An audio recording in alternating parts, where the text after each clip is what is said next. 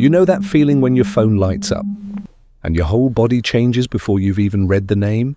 That tiny buzz, that sudden jolt in your chest, your stomach drops a little, your shoulders tense, and for a split second, it feels like the room got louder, even though nothing actually changed. You stare at the screen, you tell yourself, just answer it. It's not a big deal, but somehow it is a big deal. Not because you're dramatic, not because you're rude, and not because you don't care. It's because for some people, a phone call doesn't feel like a simple interaction. It feels like an ambush. And if that hits close to home, I want to say something to you right away. You're not broken, you're not antisocial. I used to think something was wrong with me too. Why could other people just pick up the phone like it was nothing? Well, I needed a moment, a script, a deep breath, maybe a small pep talk, and in some cases the spiritual strength of an ancient monk. Why did a ringing phone feel more intense than it should? If you've ever let it ring out, then texted back, or stared at a voicemail notification for 3 business days, or felt guilty because you genuinely cared about the person calling but still couldn't bring yourself to answer, this video is for you.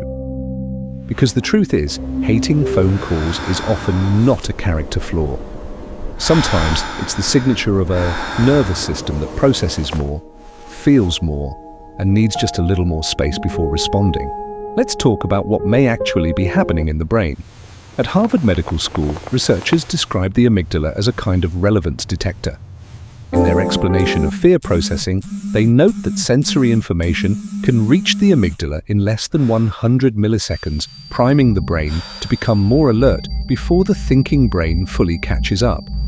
In other words, your body can register, pay attention. This matters before you've consciously decided whether the phone call is safe, easy, awkward, demanding, or emotionally loaded. That matters because for some people, a ringing phone is not just a sound, it's uncertainty. Who is it? What do they want? How long will this take? Am I about to disappoint someone? Do I need to perform? Will I have to think fast? Will I be trapped in a conversation I can't gracefully exit? That's a lot of processing packed into a few seconds. And Stanford researchers have shown that personality traits influence how the brain processes social signals. In one Stanford fMRI study, social gestures and social intent activated brain systems differently depending on personality-related traits, including patterns involving the insula and amygdala. That suggests some people are not imagining their stronger reactions to social input. Their brains may genuinely be processing interpersonal cues with greater intensity. So when someone says, "Why are you making such a big deal out of a phone call?" they may be assuming all nervous systems are built the same. They're not. For people who lean introverted, highly sensitive, or hyper-aware, a phone call can create a very specific kind of pressure. It's live, it's unpredictable, it demands immediate response. And unlike texting, it gives you very little time to organize your thoughts. That doesn't make you immature, it doesn't make you cold, it doesn't make you bad at relationships. It may mean your brain is wired for deep processing. Deep processing is the tendency to take in more layers of information before responding. It's the kind of mind that notices tone, subtext, timing, emotional shifts, and possible consequences all at once. And when you combine that with a more reactive threat detection system, even a normal phone call can feel like 10 tabs opening in the background at the same time. That's why a text often feels manageable. A text lets you breathe. A text lets you think. A text lets you translate your inner world into words with some dignity still intact. A call, on the other hand, can feel like being handed a microphone with no warning. And there's more.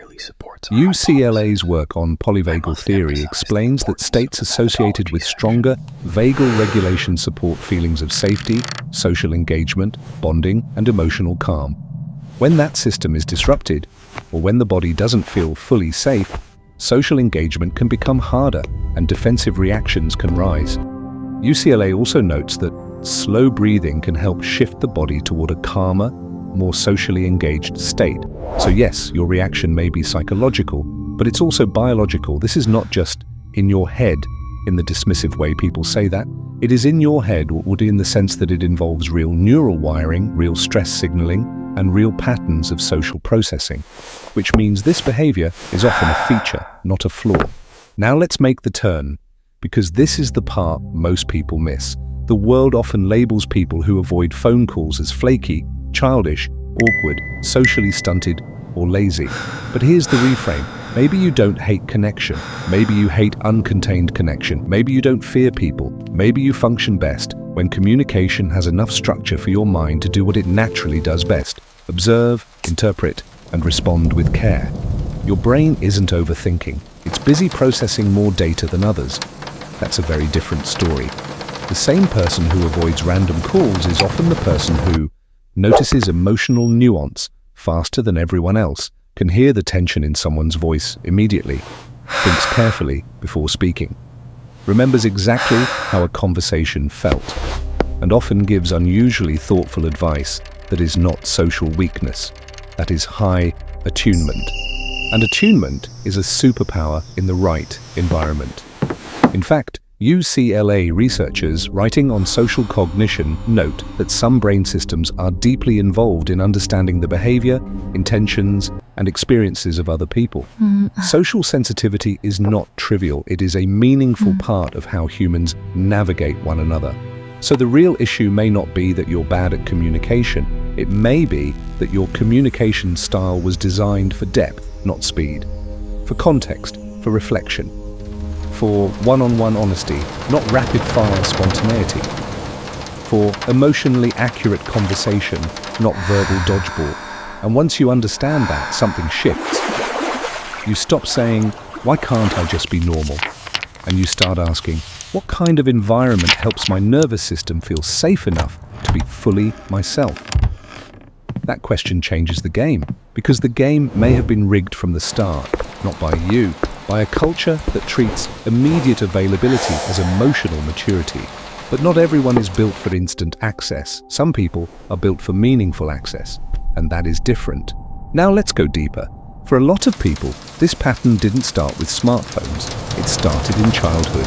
If you grew up in a home where tone mattered more than words, where you had to read the room quickly, where one conversation could turn tense without warning, where a parent's mood determined the weather in the house, then your nervous system may have learned something very early. Unexpected contact can cost you. That's where terms like survival patterns and parentification come in. Parentification happens when a child becomes emotionally responsible for the adults around them, reading moods, preventing conflict, managing reactions, staying easy, staying useful, staying careful.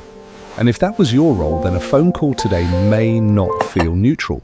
It may carry an old emotional assignment. Be ready. Don't say the wrong thing. Keep the peace. Handle this well. Perform competence immediately. So when your phone rings, your adult mind may know it's probably nothing serious, but your body may still react like, "We need to get this right." That is not irrational. That is conditioning. And for a lot of millennials, this hits in a very specific way. Many millennials grew up in households where emotional openness was inconsistent, but performance was rewarded. Be polite, be capable, be available, don't be difficult. Then they came of age during the rise of texting, where asynchronous communication became normal and, frankly, better suited for thoughtful minds. So now there's this weird split. You're old enough to remember when people expected phone calls, but wired in a way that feels far more natural with written communication. That can create guilt. You think, "I should call. I should be better at this. I should be more normal." But should is doing a lot of heavy lifting there. For some Gen X viewers, the pattern may look different. You may have grown up in a culture that prized self-containment, emotional restraint, and handling things quietly. So you learned not to need much, not to reveal too much, and definitely not to fumble in real time. A phone call can feel exposing because there's nowhere to hide. No draft, no edit, no pause button.